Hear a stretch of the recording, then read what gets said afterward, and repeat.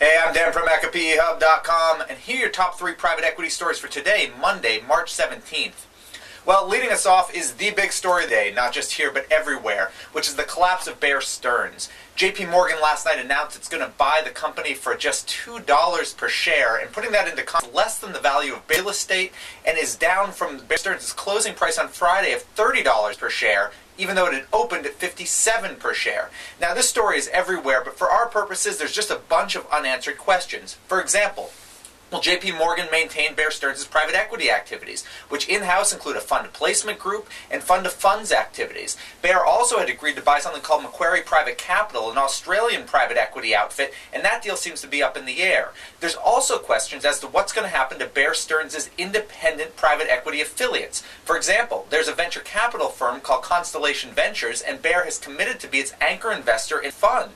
There's also Bear Stearns, which last year, or $2.7 billion fund came to Bear Stearns. Now, Bear Stearns Merchant Banking is independent and says it's going to be just fine, but there is a question as to whether JP Morgan will honor that original limited partnership commitment.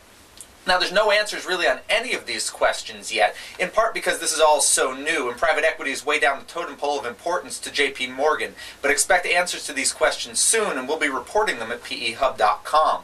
Story number 2 is talking about troubled sectors.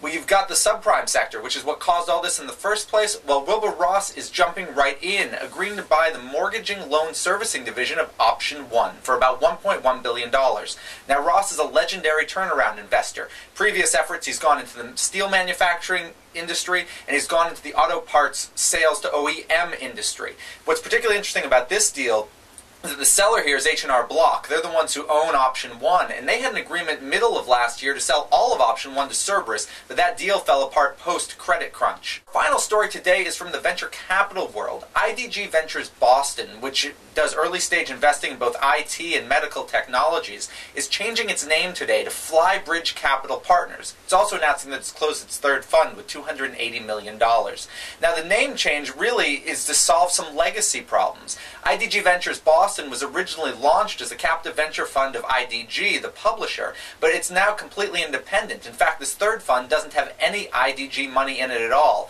Nonetheless, IDG Ventures Boston continues to be considered a corporate venture capital fund. Always On, for example, recently put in its list of the top corporate venture capital funds. Nice honor, except not accurate, which is the reason for the name change today. I've been Dan Primack at peHUB.com. Make sure to check the site all day for news and analysis, and right back here tomorrow for another Top 3.